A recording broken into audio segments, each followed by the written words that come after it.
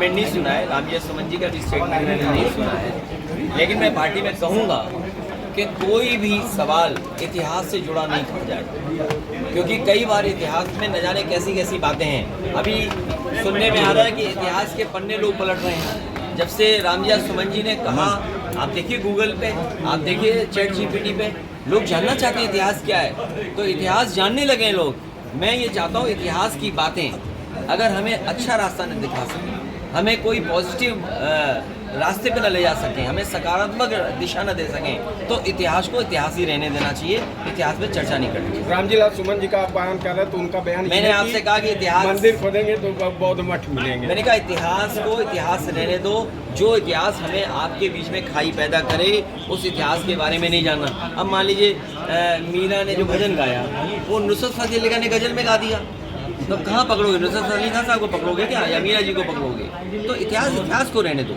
तो ऐसे में क्या कहेंगे आप? मैं ये कहूँगा कि पार्टी के लोग कोई भी इतिहास की बातें ना करें। समाजवादियों ने इतनी प्रोग्रेसिव काम की, इतनी प्रोग्रेसिव बातें की हैं, डायल 100 है, किसान की आय दोगुनी है, नौजवान की नौकरी रोजगार है, आरक्षण है, हमारे अधिकार हैं, हमारा सम्मान नहीं हो रहा कहीं पर, हमारे घर मकान गंगा जल से धोए जा रहे हैं, ये सब मुद्दे बड़े हैं। जाइए। न जाने कितने हजार एकड़ कह रहे हैं कि उन्होंने लैंड बैंक बना लिया है, कि वो कारोबार के लिए वो लैंड बैंक तैयार किया है। सोचिए, जो सरकार 8-9 साल में केवल लैंड बैंक बना पा रही हो। कल ही का भाषण सुना मैंने, और बता रहे कि बुंदेलखंड में इतने हजार करोड़ का इन्वेस्टमेंट आने वाला है, इतने हजार एकड़ जमीन का लैंड बैंक बना लिया है। पूरे प्रदेश में उन्होंने जाने कितने हजार एकड़ का बताया लैंड बैंक बना लिया। जो सरकार आज तक लैंड बैंक बना रही हो तो क्या इन्वेस्टमेंट आया होगा? और दूसरा, मुख्यमंत्री जी कह रहे थे कि इंसेंटिव उन्होंने दिया है, जो पुराना इन्वेस्टमेंट स्टेट में आया था उसका वो इंसेंटिव आज भी दे रहे हैं। तो यही तो विकास होता है। कभी समाजवादियों ने लाने का काम किया था और उसी का परिणाम ये कि कारोबार बढ़ा। ये बीजेपी के लोगों ने इंसेंटिव रोका था, और इंसेंटिव एक बड़ी कंपनी जो हजारों लोगों को नौकरी दे रही है और हजारों करोड़ का कारोबार मार्केट में दे रही है। हो सकता है उस कंपनी का मोबाइल भी आपके हाथ में हो, घर पे टीवी भी हो, फ्रिज भी हो, या और भी सामान जो बनाता वो हो, लेकिन वो इन्वेस्टमेंट जब यूपी में किए तो उसका इंसेंटिव रोकने का काम कर रहे थे ये सरकार के लोग। उन्हें कोर्ट जाना पड़ा, कोर्ट की वजह से उन्हें इंसेंटिव मिला है। तो ये सरकार बताएगी ये क्या कर रही जिससे इंसेंटिव आएगा। क्या पुरानी सरकार की योजनाओं का इंसेंटिव देते रहेंगे? इसलिए लड़ाई लंबी है, बड़ी है, हम लोग कामयाब होंगे। पीडीए को जिस तरीके से समर्थन मिल रहा है और जो लोगों को धीरे धीरे सामाजिक न्याय के राज की स्थापना के लिए एकजुटता दिखाई दे रही है, उससे हमें भरोसा है कि आने वाले समय में बड़ा परिवर्तन होने जा रहा है। जो जीरो पॉवर्टी की बात कर रहे हैं, ये मुख्यमंत्री जानते नहीं है कुछ। जैसे का zero tolerance to law and order, आप बताओ क्या स्थिति है लॉ एंड ऑर्डर की? जो जहां चाहता है मार देता है। और आपके जिले में दलित की बताओ कस्टोडियल डेथ हो गई, इससे ज्यादा काला धब्बा पुलिस के लिए और क्या हो सकता है? क्या पुलिस पे आरोप इस बात का है कि पुलिस की वजह से उस दलित ने जान दे दी। हम लोगों ने तो सहयोग किया है, मदद की है उस परिवार को। हम लोग न्याय के लिए भी लड़ते रहेंगे जिससे उस परिवार को न्याय मिल जाए। आर्थिक मदद कोई बड़ी चीज नहीं जो हम दे पाए, लेकिन उसको न्याय मिलना बड़ी बात है। और फिर जीरो टॉलरेंस टू करप्शन। बताओ, ये जो इंसेंटिव की बात कर रहे थे, कहीं ये कमीशन की बात तो नहीं कर रहे थे? इंसेंटिव और कमीशन, ये बात समझने की है। मुख्यमंत्री जी कह रहे हैं इंसेंटिव, लेकिन प्रदेश में चल रहा है कमीशन। वो कह रहे हैं इंसेंटिव देंगे, ये इंसेंटिव कहीं कमीशन तो नहीं है। और उसका कमीशन का खेल हमने और आपने देखा कि एक अधिकारी अंडरग्राउंड है, एक आईएएस अंडरग्राउंड है। क्या कभी आपने सोचा कि आईएएस अंडरग्राउंड होगा? और आईएएस अंडरग्राउंड कहीं नहीं है, वो मुख्यमंत्री आवास में होगा। सच्चाई है। और इससे पहले एक पत्रकार साथी जानते होंगे, एक अखबार था प्रतिष्ठित, उसने इतनी छोटी सी खबर बनाई थी कि किसी अधिकारी पे आरोप लग रहा है, उसका 50-60 करोड़ रुपया पकड़ा गया है किसी दूसरे स्टेट में। तो टॉलरेंस टू करप्शन क्या है? इनका अधिकारी खुद इंसेंटिव की जगह कमीशन मांग रहा है। और याद रखना, इंसेंटिव कमीशन का झगड़ा नहीं था, वो मुख्य लोगों के बंटवारे का झगड़ा था। सुनने में आ रहा है अब कोई रिटायर होने जा रहा है। दो चीजें तो हमें पता है, कोई रिटायर होगा, एक तो कार्यवाहक होगा और पीछे सिंह होगा। दो चीजें तो हमें पता है, बीच का नाम आप बता देना हमें। एक, अभी कोई रिटायर होने जा रहे हैं, सुनने में आ रहा, बड़ा चर्चा है, लोग हमसे भी पूछते हैं कि कौन होगा, तो हमने कहा हम इतना नहीं जानते हैं, हम इतना जानते हैं कि वो कार्यवाहक होगा और नाम में सिंह होगा पीछे। अच्छा सर, मुसलमान अगर आक्रमणकारी हुए, आक्रमण किए तो हिंदू देवी देवता कहाँ से, काफी इस पे नहीं, देखिए, ये जमाना और समय ऐसा है, कोई बात अगर आप कह देंगे उसके मायने निकाले जाएंगे। अभी जो हंगामा हुआ, जिस तरह से आंदोलन हुआ और जिस तरह से ये लोग कह रहे थे कि हम संविधान से देश को चलाते हैं, हम बाबा साहब भीमराव अम्बेडकर जी पे मैराथन करा रहे थे। अभी लखनऊ में पता होगा मैराथन हुआ बाबा साहब के नाम पर पूरे प्रदेश में सांस्कृतिक कार्यक्रम सरकार ने कराई। सरकार ये बताए, अगर उनके 400 MP जीत गए होते तो मैं आपको दावे के साथ कह सकता हूँ, ये जो नंगी तलवारें निकली हैं और ये जो राइफलें निकली हैं और जो गाली गलौज हुआ है, ये सड़कों पे दिखाई देता। कोई सड़क गली नहीं, सुनी बस्ती जहां पर ये इस तरह का व्यवहार ना हो रहा होता। तो किस भावना से कौन क्या कह रहा है, इस बारे में मैं नहीं पढ़ना चाहता हूं। लेकिन बीजेपी के इस कार्यक्रम की वजह से हमें हिटलर का ट्रूपर याद आ गया। हिटलर के जमाने में हिटलर वर्दी पहना करके अपने पॉलिटिकल कार्यकर्ताओं को रखता था, जिससे कभी किसी पॉलिटिकल पार्टी से बदला लेना हो, किसी की पिटाई करवानी हो, तो वो पुलिस की वर्दी में रहते थे। ये जो सेना है ना दिखाई दे रही है, सब बीजेपी के ट्रूपर्स हैं। ये गलती मत करना, ट्रूपर्स हैं, ये सब बीजेपी के ट्रूपर्स हैं।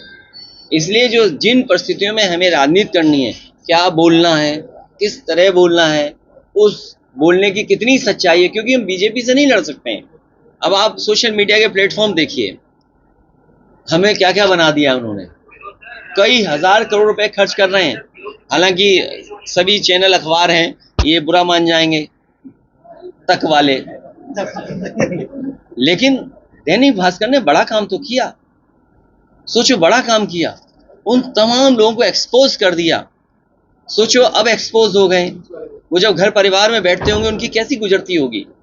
उन घर परिवार और समाज में जब उनकी बात जा रही है तो उनको कैसा लग रहा होगा। सोचिए आप, उनके सामने क्या गुजर रही होगी कि पैसा लेकर के आप कांग्रेस के लीडर्स को बदनाम कर रहे हो, समाजवादी पार्टी को बदनाम कर रहे हो। और जो बात चली थी दिल्ली से, अगर इतना हंगामा है रामजय सुमन जी पर, तो अगर हमारे लोग भी उसी तरह आंदोलन करने लगे तब क्या होगा। क्या दिल्ली की मुख्यमंत्री की जो भाषा थी, क्या सभ्य भाषा थी? क्या कभी हम लोगों ने इस तरह का किसी के लिए कहा हो? फिर हमारा घर गंगा जल से धुलवाया।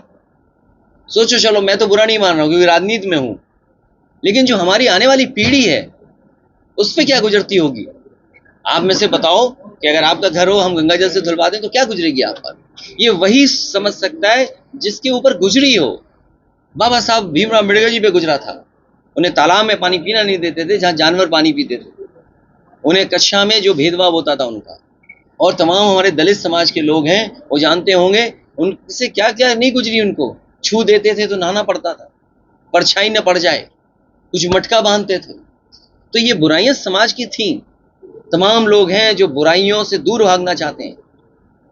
बुराइयां उन्हीं की वजह से हैं ये, इसलिए हमें और आपको राजनीति में दूसरी जगह उलझा रहे हैं। आज बताओ, किसान की आय दोगुनी हो गई, गेहूं खरीदा जा रहा है, सरकार ये कह रही है इस रेट से ज्यादा नहीं खरीद सकते प्राइवेट लोग। क्यों नहीं खरीद सकते? क्योंकि सरकार कंपटीशन नहीं होने देना चाहती है। अगर कंपटीशन होगा तो आड़तिया महंगा खरीदेंगे गेहूं। सरकार मिल गई बड़े उद्योगपतियों से, और उद्योगपति से मिलकर के गेहूं को सस्ता खरीदवा रही है, क्योंकि कल वही उद्योगपति जब आपको आटा देंगे, आटे पे कितना गुना मुनाफा होगा, आपको बिस्किट देंगे कितना मुनाफा होगा। 2-2, 3-3 बड़ी कंपनियों को लाभ पहुंचाने के लिए गेहूं महंगा नहीं बिकने दे रही सरकार। सोचो, कहीं दुनिया में ऐसा देखा होगा कि सरकार पाबंदी लगाती हो? मैं तो कहूंगा आज तक वालों से इस पे स्टोरी करें, इन्हें करना चाहिए। इनको प्रवक्ता नहीं बनना चाहिए बीजेपी का।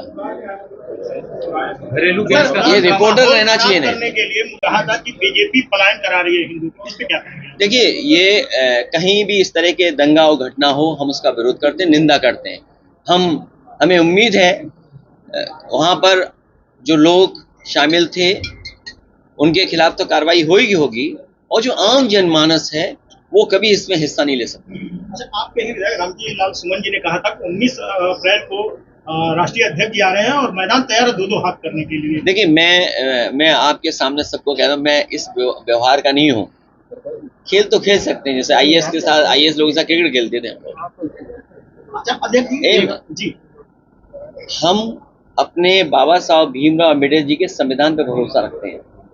हमें कोई भीड़ नहीं इकट्ठी करनी है, हमें कोई ताकत का एहसास नहीं दिलाना है।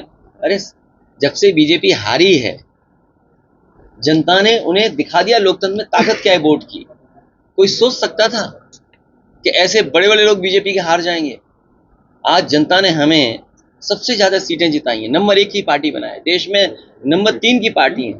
इसलिए हमें दो हाथ नहीं करना है, हमें अपना सहारा लेना है संविधान का। संविधान हमारी ढाल है। अगर कोई भी व्यवहार और कानून तोड़ेगा, उसके लिए वर्दी वाले अपनी लाठी लेके रखेंगे।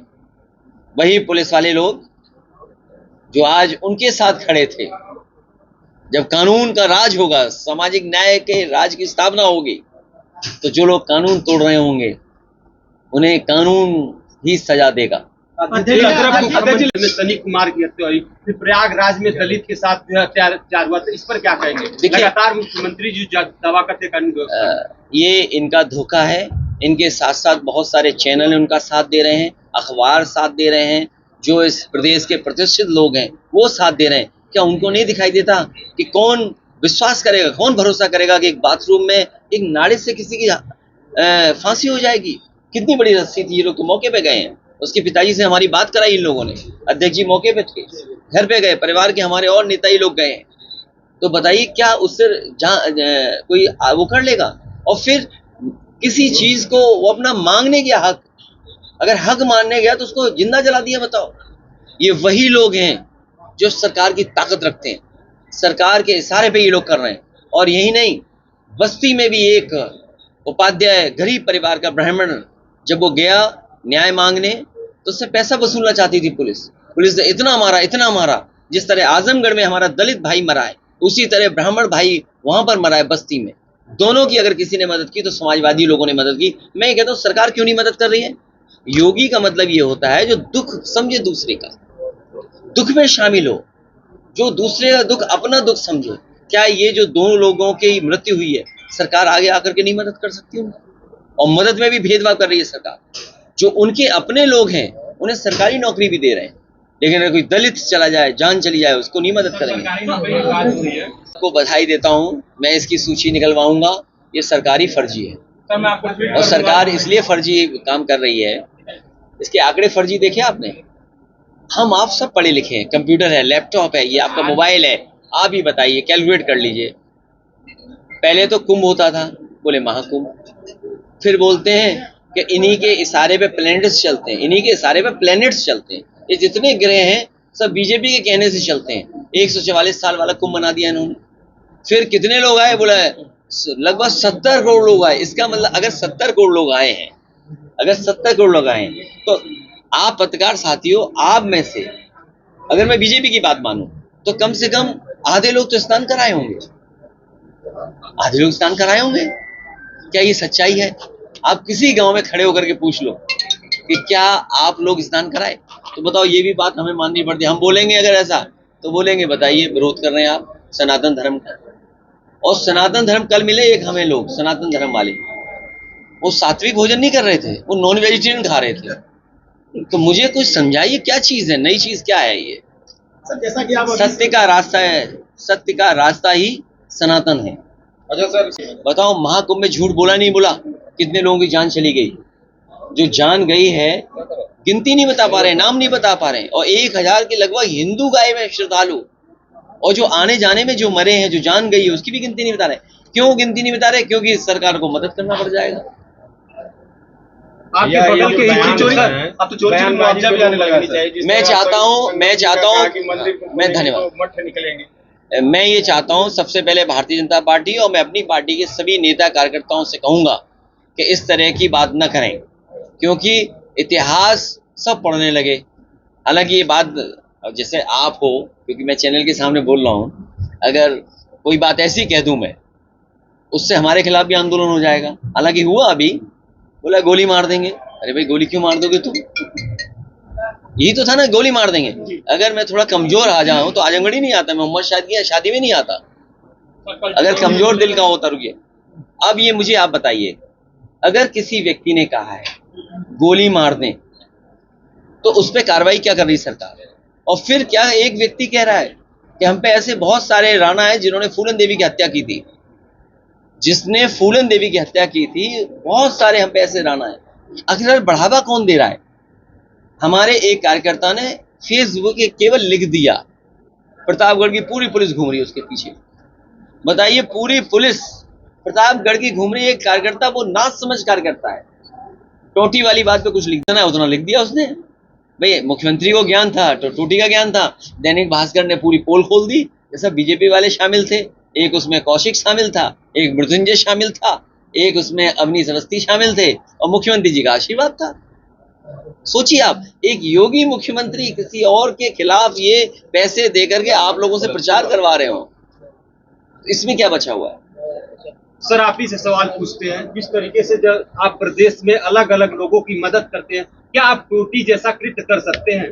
देखो भाई, नहीं ऐसा है, नहीं अच्छा कि आपने पूछ लिया, इसलिए क्योंकि उन सब पत्रकारों में, उन सब गिनती के पत्रकारों में एक सच्चा पत्रकार था, एक सच्चा पत्रकार था, उसने सच्चाई दिखाई। सब मैं नाम भूल रहा हूँ उसका, रिजवी था शायद, आप यूट्यूबर है आजकल वो, उसने पूरा घर दिखाया उस समय, पूरी उसका रिकॉर्डिंग है। तो हमने लैपटॉप बांटा हो, और सोचिए आपको एक्सप्रेसवे दिया हो 35,000 करोड़ का, ये मेडिकल कॉलेज दिया हो, न जाने कितने गांव लोहिया आवाज बनाए हों। यहीं पर शमना आजमी जी का गांव है, आप देखिएगा, मैंने स्मार्ट विलेज में उसमें कई करोड़ों का काम कराया। ये जो काले पोट्री है, उस गांव में हम लोगों ने बहुत सा काम किया, उनके जो ऑडिटोरियम हाँ वो दिए। तो ये बीजेपी का एजेंडा है, बीजेपी के पास पैसा है, बीजेपी के पास संपन्न लोग हैं, बीजेपी के पास सब अखबार हैं, टीवी हैं, चैनल हैं। सोचिए, हमने दुर्गंध कह दिया, उसमें उन्हें शोर हो गया। मैं तो चाहूंगा इनके चैनल को एक गोबर गिफ्ट कर दिया जाए। सर मामला है, सहारा का पैसा जो है अभी तक जनता बहुत परेशान। मैं अपने, देखिए ऐसा सच है, ये जो सहारा को लेकर के बात है, हम उनका दिलाना चाहते हैं, जो भी हैं उपभोक्ता जिन्होंने पैसा जमा किया है, और उसको सरकार को नियमों का सरलीकरण करना चाहिए। आज साराश्री हमारे बीच नहीं है, कंपनी है, प्रदेशों ने नए नए इंतजाम किए हैं और अधिकारियों को बैठा करके नियम बनाए हैं। बिहार है, झारखंड है, और प्रदेशों ने, यूपी ने भी बनाए होंगे। हमारी राय ये है और सुझाव भी है, और जिन्होंने पैसा जमा किया हम उनके पक्ष में हैं, कि जब उन्होंने पूरा पैसा सेबी को दे दिया है, मुझे उम्मीद है कि पत्रकार जानते होंगे कि सेबी को सब पैसा दे दिया उन्होंने, जितना सेबी ने मांगा, और सेबी ने एक भारत सरकार के अंडर उस चीजों को बना दिया है। तो ये जिम्मेदारी भारत सरकार की है, ये भारत सरकार पैसा क्यों नहीं बांट रही है? और अगर कोई जमा करता जिसने पैसा इन्वेस्ट किया है, अगर कागज पूरे नहीं है तो उसका सरलीकरण करें, उसको सिंप्लीफाई करें, कि भाई सिंप्लीफाई करके उसका पैसा तो दे दें। लेकिन सरकार देना नहीं चाहती है, इसलिए कठिन नियम बनाए हुए हैं। सर ये बीजेपी की जिम्मेदारी है। सर भारत आज का कोटा क्या है ये? अरे ये धार्मिक काम तो सबको करने चाहिए, और तुम्हारी उम्र लगता है धार्मिक होने जा रही है, तुम भी किसी यात्रा पे चले जाओ। सांसद जी का पार्टी कार्यालय यहाँ पे नहीं है। कौन सा पार्टी कार्यालय? सर यहाँ पे अरे शुभ दिन बताओ तुम। खुल जाए सर। देखो ऐसा है, हम और आप हिंदू हैं, शायद हिंदू हो ना, तुम एक अच्छे पंडित जी से तारीख निकलवा दो। फिर देर किस बात की? बताओ तारीख। नहीं आम जनता छोड़िए, पहले तारीख निकालो, कब तारीख है बताओ। नहीं पत्रा देखो, सर 20 तारीख को ही निकल जाए। पत्रा देखो ना सर, जनता से मिलने के लिए तारीख क्या सर? कभी अरे मैं कह रहा हूँ, तू पत्रा देखो, तुम नहीं जानते ये बातें। ठीक है सर, ये फिर पंडित जी नहीं है, नहीं पंडित जी नहीं है, मैं मानूंगा नहीं, तुम पंडित जी नहीं हो, पत्रा नहीं निकाल पा रहे हैं। अरे जगह ले ली, हमारा नक्शा नहीं पास हो रहा है, तो मैंने अपनी पार्टी के लोगों से कहा है पहले नवरात्र में हो रहा था, उससे बाबूजी थोड़ा स्वास्थ्य ठीक नहीं था, उसकी वजह से आगे बढ़ा दिया, फिर चुनाव आ गया। तो अभी बाबूजी भी स्वस्थ हैं क्योंकि वो सबसे पुराने समाजवादी हैं। हालांकि उनके बराबर के और भी हमारे समाजवादी नेता हैं, तो मैं चाहता था कि उन सबको इकट्ठा करके सम्मान हो जाए और कार्यक्रम हो जाए, क्योंकि उनका सांस उस समय नहीं ठीक था, इसलिए मैंने तारीख आगे बढ़ा दी थी, वरना ये लोग जानते हैं तारीख आ गई थी। अब मैं आपसे कहूंगा पत्रकार साथी, पूरे उत्तर प्रदेश में इलीगल कंस्ट्रक्शन हो रहा है, बताओ तो हम भी इलीगल करा दें? ठीक है, तो हमारी आप जिलाधिकारी महोदय से कहिएगा कि नक्शा पास करें, ठीक है, और पत्रास देख के तारीख तुम दोगे, उसी दिन हम उद्घाटन कर देंगे। लखनऊ में पूरे प्रदेश में सरकारी हॉस्पिटलों में जो व्यवस्था होनी चाहिए फायर फाइटरों की, वो नहीं है। ये बड़ा ये सवाल है। भारतीय जनता पार्टी सब नकली सामान लगाए हुए अस्पतालों में, इसीलिए जानबूझ करके आग लगा रही जिससे जांच ही ना हो पाए। सर सोशल मीडिया पे ट्रेंडिंग जिन्होंने देखिए मिश्रा जी के साथ अन्याय हो रहा है, और जिन्होंने लिखा है, जिन्होंने किया वार मिश्रा जी पे, जिन्होंने किया वार उन्हें छोड़ दिया, सोचिए, जिन्होंने वार किया मिश्रा जी पे उन्हें छोड़ दिया, बताइए।